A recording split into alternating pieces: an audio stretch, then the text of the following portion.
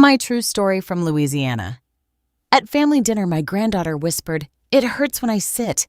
They laughed it off, but her crayon sketches told me what no one dared say until the police got involved. At family dinner, my granddaughter whispered, "It hurts when I sit." No one heard her but me. She leaned close, her little lips brushing the side of my arm, her voice thinner than a thread. Her plate was mostly untouched. Mashed potatoes, half a chicken tender, a crescent roll. All of it cold. Her legs shifted constantly beneath the table and her knees pressed together like she was trying to hold herself inside. I looked down at her brown eyes big, still, and too quiet, searched my face as if asking a question she could not form. That moment right there felt like a siren that only I could hear. I turned to the table and repeated gently, "Ellie says it hurts when she sits." The entire table erupted in laughter. Alyssa, sitting across from me in a low-cut floral dress that did not belong in a dining room full of children, let out a loud cackle. "Oh, please," she said, waving her wine glass. "She's probably constipated or acting like grandma again dramatic." The others chuckled in agreement. Even my ex-in-law Brian gave a weak smile before glancing at his phone. Ellie's face went pale. She looked down at her plate, her lips sealed shut. I laid my hand gently on her back, but her shoulders stiffened under my palm. "She said she's in pain," I said again, firmer now, locking eyes with Alyssa. Alyssa rolled her eyes. "Margaret, for the love of God, not everything is a medical emergency." The kid's probably being fussy. "It's what 6-year-olds do. They whine. They exaggerate. Maybe she bumped her tailbone jumping off the couch. Or maybe you filled her head with spooky stories again." "She's not pretending," I said. Brian cleared his throat and muttered, "Let's just get through dinner, okay?" "Right," Alyssa said loud again, like it was a punchline. "Let's get through dinner without another one of Margaret's dramatic detours. Honestly, you'd think we invited a ghost to eat with us. You hardly ever talk unless you're trying to turn dessert into a crime scene." I stayed quiet. I was used to the jokes, the jabs, the sideways glances, the way they treated me like a leftover relic from a time they wished had never existed. I lived in the basement of the house I once owned. I ate at the table I once polished with beeswax and lemon oil. I cooked in the kitchen that still had my initials carved into the back of a pantry door, but I was no longer part of the family. I was tolerated, fed, kept alive, and only Ellie noticed. Only Ellie ever came down the basement stairs after dinner barefoot in her pajamas, clutching her little sketch pad and asking if I'd read to her. Only Ellie sat beside me during my early morning tea, her head resting on my thigh as I knitted. Only Ellie whispered when no one else was listening. That night, after the laughter died down and dessert was passed around like nothing had happened, I watched her from across the living room. She didn't sit on the couch. She knelt on the rug, her coloring book open but untouched. Her tiny fingers traced the edges of the crayons without choosing one. I could see it in the way her shoulders hunched, in the way her feet curled under her, in the way she flinched slightly when Logan Elisa's boyfriend, the man who had no blood in this family but moved through the house like he owned it, reached over her head to grab the remote. My skin prickled. "Ellie," I said softly from my corner, "do you want to come downstairs with me later? We can read the one with the fireflies." She didn't look up, just nodded once. That night, under the yellow basement lamp, she curled up on the couch beside me. Her face pressed into my side. I didn't read the book. I just held her. Eventually, she dozed off, but not before whispering one more thing. He said, "If I tell, I'll get taken away just like you almost were." My hand froze mid-stroke in her hair. Who said that, baby? But she was already pretending to sleep. I sat there in the quiet of the basement, the hume of the old furnace filling the silence, and I felt it. The kind of dread that only a grandmother knows. The kind that seeps into your bones and makes you grip the arm of the chair a little tighter. I had suspected something was wrong for months. The way Ellie avoided eye contact, the sudden tantrums, the nighttime bedwetting that Alyssa mocked in front of friends, the way Logan lingered too long in doorways. And now this. I stared at the little girl asleep against my ribs, so small, so scared. And I knew what I had to do because no one else would. And I'd already buried one daughter. I wasn't going to lose the only piece of her I had left. We should have left her in that hospice. She's just waiting to die louder. Alyssa said it loud enough for everyone to hear, but she never looked at me when she spoke. She never did. She always said these things with her wine glass raised or her eyes glued to a casserole dish, like her cruelty was just another part of the decor, something you couldn't remove without disturbing the color scheme. That night, she said it while I was washing the dishes. I stood at the sink, my hands deep in the soapy water. The same kitchen where I had once baked birthday cakes and burned Thanksgiving turkeys with laughter in my chest. And now I stood silent, while my bones ached, and Elisa's voice slithered over the tiled floor like poison. "She's just waiting to die louder," she repeated, pulling a linen napkin from the table. "Honestly, why are we still keeping her here for what? Nostalgia?" Nobody responded. Because nobody ever did. This was my house.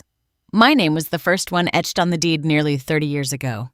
Harold and I bought it before the market crash, when we still believed in futures. After his death, I kept it running. After my daughter Janine passed away in that wreck, I turned the guest room into Ellie's nursery. It was me who painted the walls yellow, me who held that child every night while Alyssa disappeared for grief weekends and Brian drowned in overtime and beer. When I moved into the basement, it was supposed to be temporary, just until they got their lives together, just until things settled. They never did. They took over piece by piece. The upstairs bathroom became off limits. My furniture was pushed into the garage. Alyssa replaced the photos of Janine with pictures of her own brunches and backyard parties. And I, the woman who scrubbed that floor on her knees for decades, became an afterthought, a line item on the grocery list. The thing they had to deal with on holidays. Elisa had no patience for me. She saw me as a drain, a holdover, a burden that came with the kid she never really wanted. I was tolerated only because I cooked folded laundry and picked Ellie up from school when no one else could, and even then I was called Grandma in the same tone one might use for Roach in the hallway. Every time I tried to talk to Ellie to really talk, Elisa stepped in like a warden. She's fine. She snapped once when I asked why Ellie flinched when Logan walked in the room. "She's just shy." She barked another time when I brought up the sudden nightmares, the drawings filled with locked rooms and screaming faces. "Don't project your trauma onto my kid," she hissed last week. "Just because you couldn't save your daughter doesn't mean you get to play detective." Now I remember standing at the bottom of the stairs that night, hearing Ellie crying upstairs. Alyssa had locked the door. I wasn't allowed up after 9. I wasn't allowed to interfere, but I knew those cries. I knew that sound like I knew my own breath. It was the same cry Janine used to make when she came home with bruises from a boy who said he loved hard. It was the same pitch, the same choked sob. And no matter how many times Alyssa told me it was just a phase, I felt the truth running cold through my veins. They said I was old delusional. They said I imagined things, that my mind was slipping. And soon, I'd be better off in care. But I wasn't confused. I wasn't broken. I was watching and remembering and praying to a God I wasn't sure still listened. At dinner the next day, Ellie barely spoke. She picked at her food. When Logan brushed past her, she froze eyes wide. Nobody noticed. Nobody cared. I reached over and gently placed my hand on hers. She didn't flinch from me. "Ellie," I said quietly, "do you want to draw something after dinner?" She nodded slowly. The only word she said all evening. Later that night in the basement, she handed me a sketch. Crayons, thick lines the color black smeared across most of the paper. In the center, a small girl with no mouth. Beside her, a man drawn with no face at all. I didn't ask. I just hugged her, and I knew what I had to do because I had already lost one daughter and I wasn't about to let them take her child too. The drawings began quietly. At first, they looked like any child's work on even lines. Stick figure sunflowers with too many petals. But then the light disappeared. Ellie stopped drawing. Butterflies and rainbows. Instead, she drew a house with no windows. Black crayons smeared across every wall. No light, no doors. A roof that seemed to press down like it was crushing everything inside. One morning, I found a picture left under her pillow. It showed a little girl, clearly Ellie, curled into a corner. Beside her was a man, tall, featureless, his face completely blank. His hands were long, too long, drawn in angry red strokes, reaching for her. She had written above it, in her wobbly first-grade handwriting, "Don't tell, no one believes Grandma." My hands trembled holding that piece of paper. I knew what she meant. Not just what she drew, but what she had been trying to say from the beginning. And I knew that someone in that house had made her believe that silence was safer than truth. I folded the paper gently and hid it between the pages of my old recipe book. Then I started watching more closely.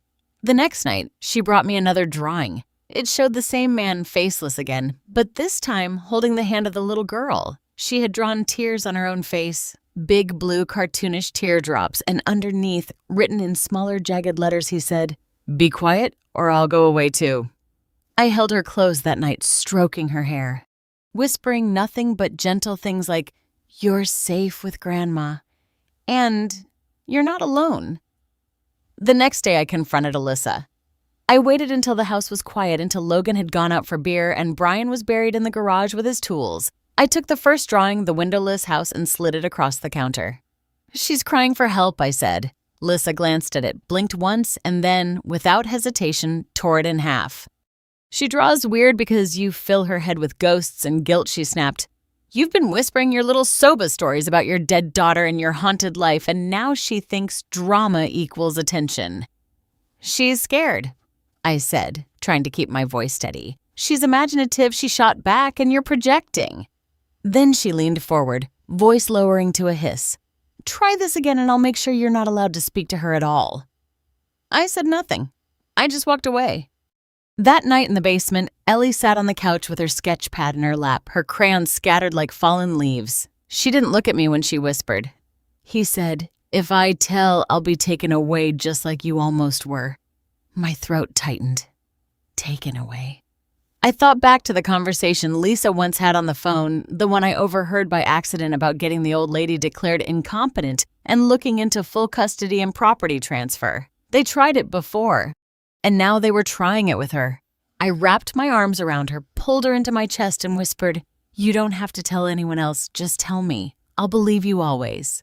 She didn't reply. She just nodded, and then carefully she slid another drawing into my hands. This one showed two figures, a child and an old woman. They were standing in the corner of a dark room. The window was gone, but this time there was a light bulb above them, small, flickering, barely enough. And between them, one word, scrolled in pink, "Help."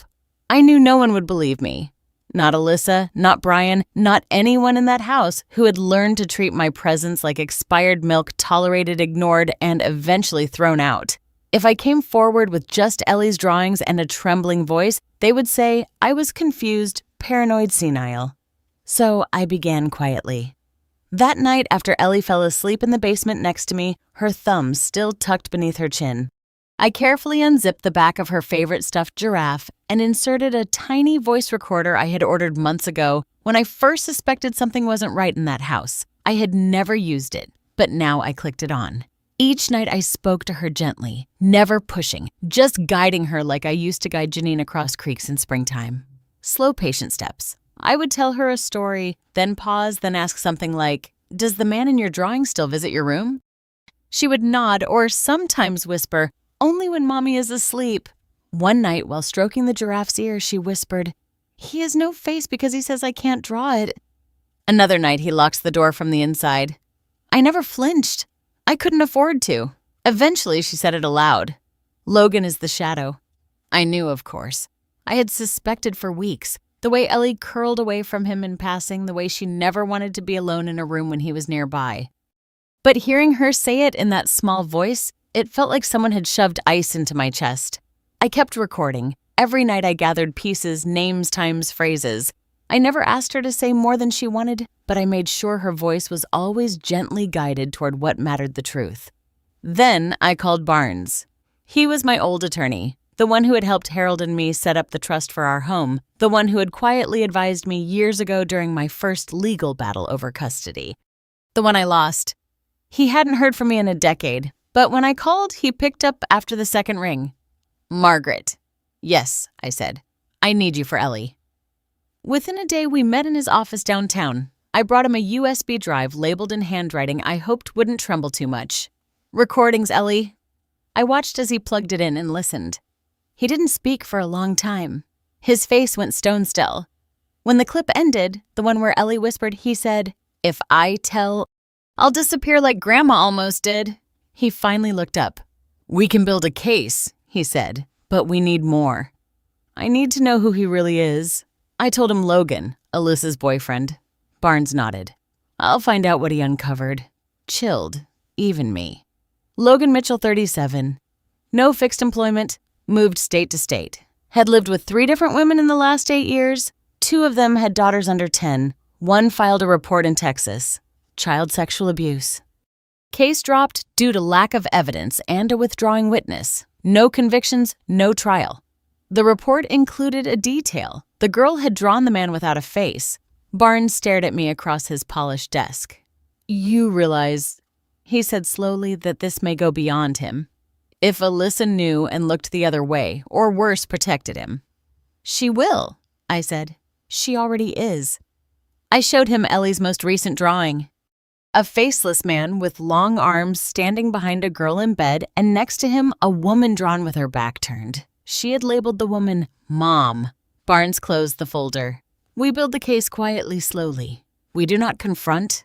We collect. We protect Ellie, and we make sure they never see it coming." I nodded. My fingers clenched the handle of my purse like it was the only solid thing I could trust. That night I tucked Ellie in. She asked me to sing to her. Something I hadn't done since Janine was small. I sang softly. She closed her eyes, then opened them again. "Grandma, yes, baby. When he hurts me, it makes me forget how to draw anything happy." I swallowed. My voice cracked, but I said, "You don't have to draw happy right now. You just have to keep drawing, and I'll keep listening, and I'll keep recording, and I'll keep fighting, because now I knew the man with no face had a name, and I would not let him stay in the shadows any longer." The moment I saw Elisa standing in the basement doorway holding a printout of my email to Barnes, I knew the clock had stopped ticking. There was no more time for gathering evidence, no more quiet. The storm had arrived. "You think you're clever, you shriveled little parasite," she hissed, her voice sharp with a kind of glee.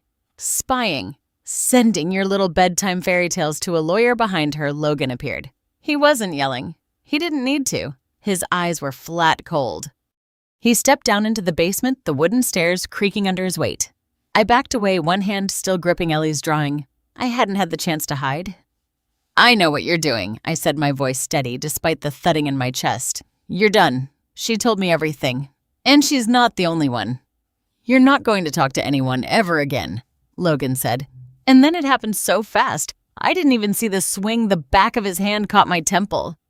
I collapsed against the concrete floor, pain exploding behind my eyes. My ribs hit the edge of the metal daybed as I fell. They didn't drag me upstairs. No, they did worse. They took my phone, my purse, my glasses. They shoved me back into the small storage closet in the basement and slammed the door. I heard the deadbolt slide shut from outside. Alyssa laughed. "You want to play detective, Grandma? Fine. You can rot in your little bat cave until we figure out what to do with you." I pounded the door, but it was solid wood. No windows, no light, just the smell of mildew and paint thinner. Ellie screamed upstairs. "Where's Grandma? What did you do?" And then Elisa's voice, sharp and cruel. "Cry one more time and you'll rot where she is." I went still. For hours I lay in the dark. My head throbbed, my arms stung from where I landed. I felt my way to a stack of rusted paint cans, then to an old tin lunchbox Janine had once used in 5th grade. Inside was nothing but old screws and a piece of bent wire. I pulled the lid off, and then I had an idea. I took the sharpest edge of the broken tin and sliced a line across the inside of my forearm. It wasn't deep, but it was enough. With trembling fingers, I dipped my hand in the blood and began to write on the gray concrete wall. "Barnes, help Ellie." Each letter shook my vision blurred, but I kept writing. If anyone ever came down here, if Ellie escaped, or if a cop or social worker found their way inside, I wanted them to know this wasn't a forgettable disappearance. This was planned. This was real. The next morning, I heard Elsa upstairs talking loudly on the phone. "Yeah, we leave Thursday morning." "Waikiki." "Thank God. This place is cursed." "Hawaii." They were going on vacation. They were planning to leave me locked in this room like old Christmas decorations, like garbage. I knew if they got on that plane and came back, I'd be gone, moved, institutionalized, or worse, dead and buried in the garden with a new herb box on top. My time had run out, but I wasn't done. Not yet. Ellie saved me, and she did it the only way she knew how, with crayons and paper. 3 days after I was locked in the basement, Alyssa took Ellie to school like everything was fine. Ellie, quiet and hollow-eyed, slipped a folded piece of construction paper into the side pocket of her backpack. She didn't say a word to her teacher that morning. But during art class, while everyone else painted pumpkins, she quietly walked to Miss Dye's desk and handed her the paper. Then she returned to her seat and stared at the wall. Miss Daly didn't open it right away. She was busy passing out brushes, but something about Ellie's face, the frozen sadness, the silence tugged at her. So she unfolded the paper. It was a house with stairs, a girl drawn in a dark box beneath the stairs. Above the box was the word grandma. Beside the girl, in a bigger room, another figure, no eyes, no mouth, holding the girl's hand. Next to that, one more word. He hurts. And in the top right corner, drawn in red crayon, help. Miss Daly didn't hesitate. She locked the classroom door, called the school counselor, and by noon, Child Protective Services and a sheriff's deputy were in her office. Ellie was pulled out of class, gently asked to repeat what she had drawn. She whispered just 5 words. He keeps her in there. Then she began to cry. By 4:00 p.m., Barnes had the call. And by midnight, while Alyssa and Logan were halfway to Hawaii, sipping airport cocktails and bragging about how peaceful their house would be without that old hag. The police were outside that very house with a locksmith and a warrant. They found me curled up in the corner of the storage room, barely conscious. They found Ellie's sketchbooks hidden in my locked recipe tin. They found Ellie's recordings. I had backed them up and left them in my coat pocket just in case. And in Logan's computer, tucked away in a folder labeled Taxes _202017, they found the final nail in the coffin. Hidden camera footage, dozens of short videos dated and time-stamped, taken through a peephole drilled into the bathroom tile. Videos of Ellie alone undressed, terrified. The house became a crime scene overnight. I was taken to the hospital. Ellie, too. Her medical exam confirmed what she had drawn. And worse. Barnes called me the next morning. "They're not getting on that return flight," he said. "The arrest warrants will be waiting at the gate." I stared out the hospital window, fingers still bandaged, throat raw from dehydration and bruises. But for the first time in months, maybe years, I felt something crack open in my chest. Not grief, not rage, relief. Ellie had spoken and someone had listened. The courtroom smelled like old paper and cold metal. The kind of place where you feel the weight of other people's pain before you ever take your seat. I walked in with a cane, my left leg still bruised from where Logan had kicked it in the basement. My arm bandaged where the skin had split, writing Barnes in blood on concrete, but I walked in tall. Barnes stood beside me, steady and unshaken. In front of us sat the 2 people who had nearly destroyed Ellie's life and mine. Alyssa was in a pale blazer too bright for the room.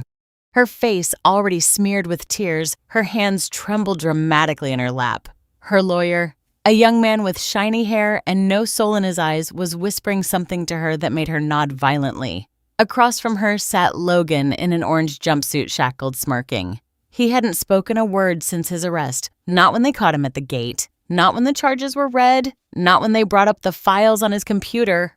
But I knew that smirk. It was the same one he gave Ellie when she stepped out of line, the same one he wore when he walked into rooms without knocking. It was his mask. The judge asked me to approach the stand. I stood slowly.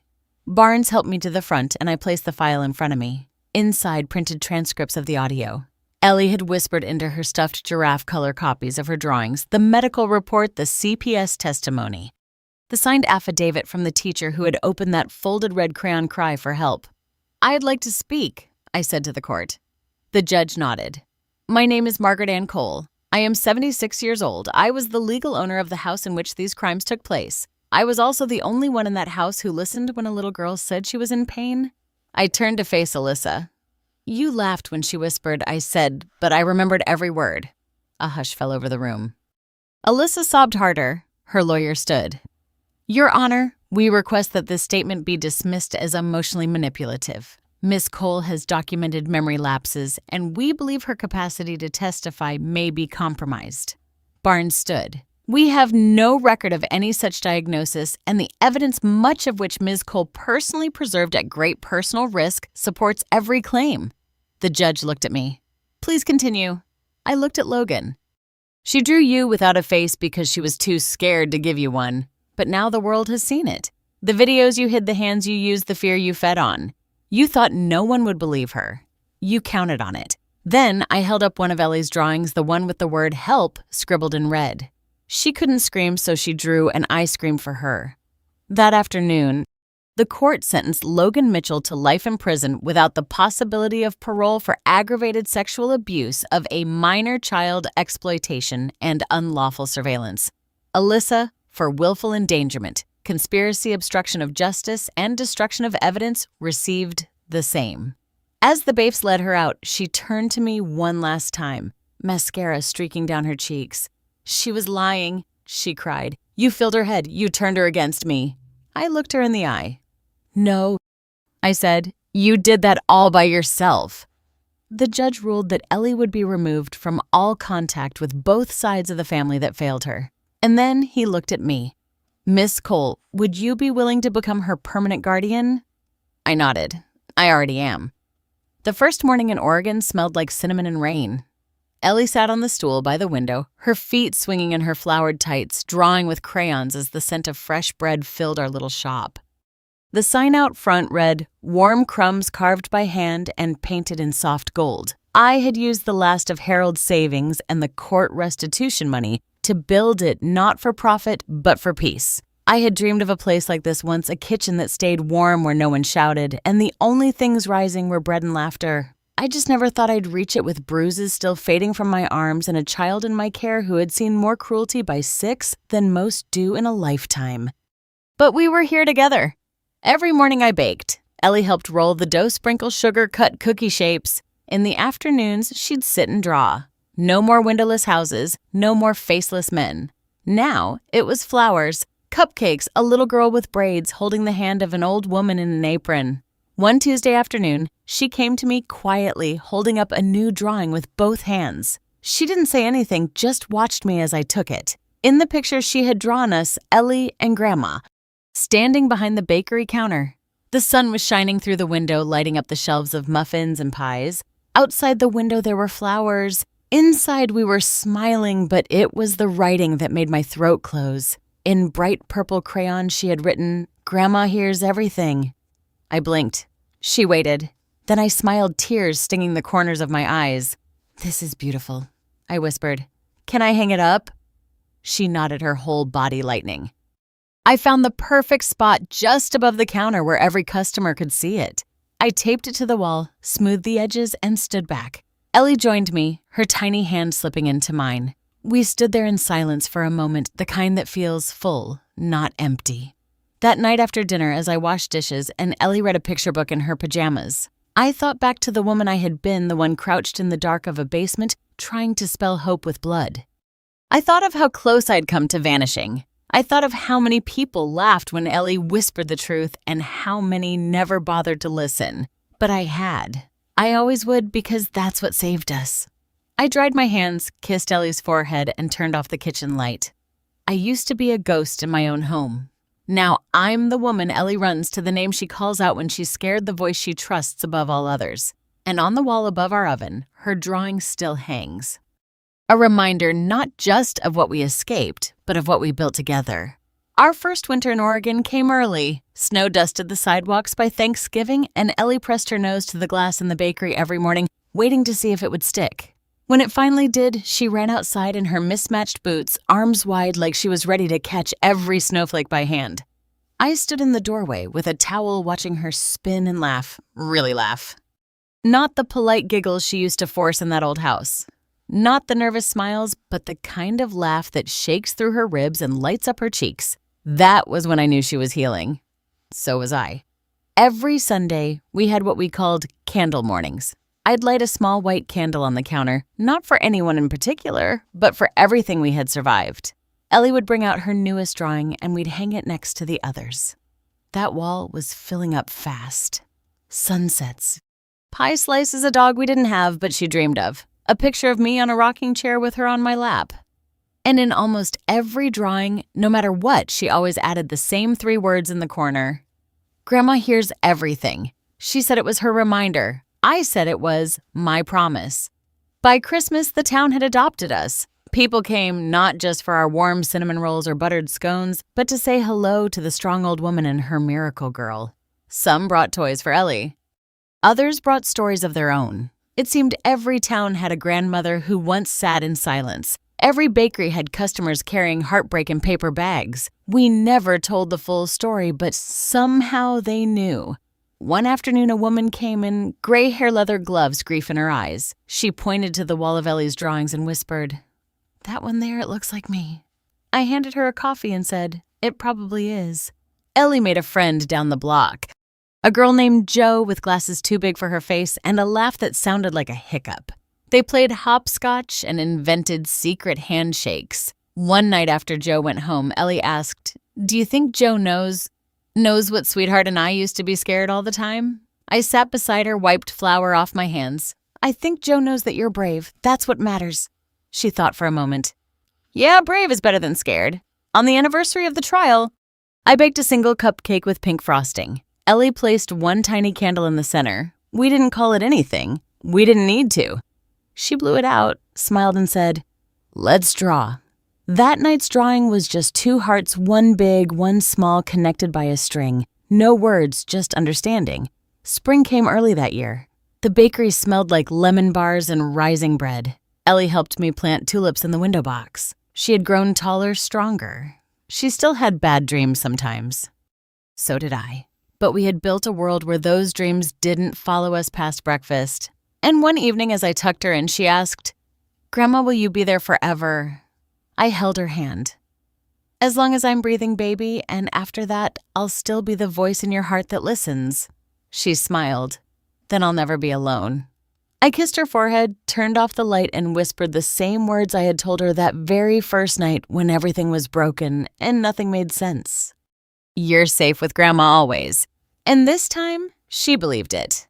Thank you for staying with me through this story. Some truths are whispered so quietly the world never hears them unless someone listens with their whole heart. Ellie whispered. They laughed, but I remembered every word.